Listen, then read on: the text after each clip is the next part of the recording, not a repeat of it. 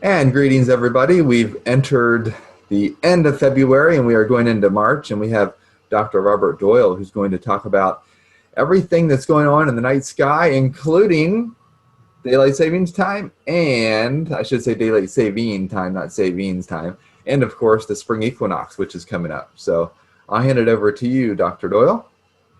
Okay.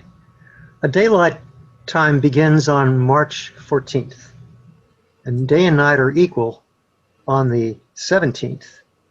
Spring begins on March 20th, and Jupiter and Saturn are seen at dawn this month. Now, March, the first month of the Roman calendar, is named after Mars, the god of war. Mars has two small moons, Deimos and Phobos, which are named after Mars's two horses, which means fear and panic. Daylight time, most recently enacted by Congress in 2008, starts on the second Sunday of March. So most clocks are set ahead, forward 1 hour on the morning of March 14th. So sunrises jump from about 6:26 a.m. to 7:24 a.m., while sunsets change from 6:15 p.m. to 7:15 p.m. So we'll have 1 hour less for evening stargazing with daylight time. One little known fact is that day and night are not balanced at the spring and fall equinoxes. This is due to the refraction or bending of light, which lifts the sun image as it rises and also lifts the sun's image as it sets.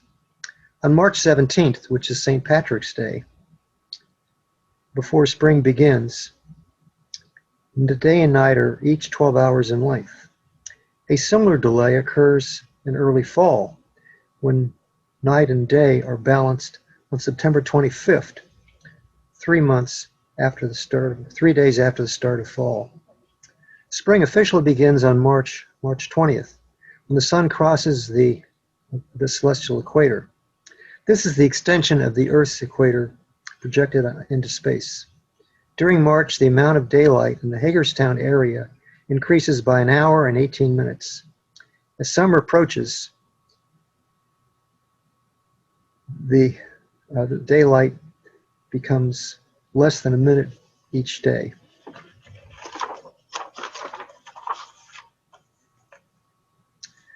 The only evening planet visible in March is Mars, shining in front of the stars of Taurus.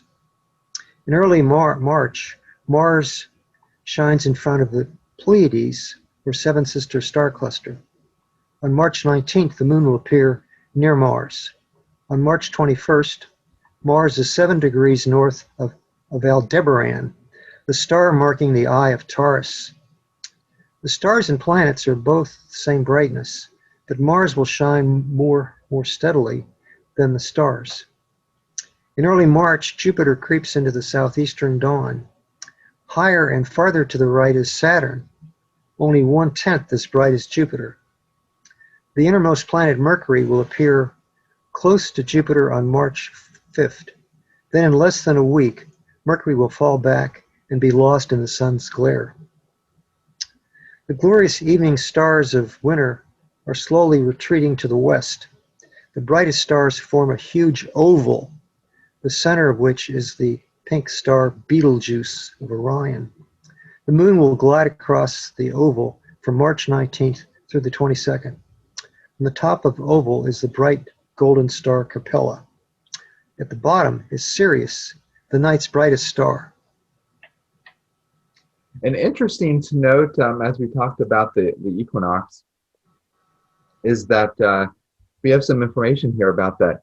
The equinox is either usually the 20th or the 21st, and the reason it varies is that the Earth takes just almost a quarter of additional day to go around the sun, orbit the sun. So the equinoxes actually occur about 5 hours and 48 minutes later from one year to the next. So if we didn't have that leap day every 4 years, we'd see the seasons drift and that would throw everything off a bit. So just wanted to mention that as well for the equinoxes. So yeah, we've got a good bit happening coming up in March here. So thank you so much for joining us today, Dr. Doyle. And I guess we'll see what's happening in the April sky in just a couple of weeks.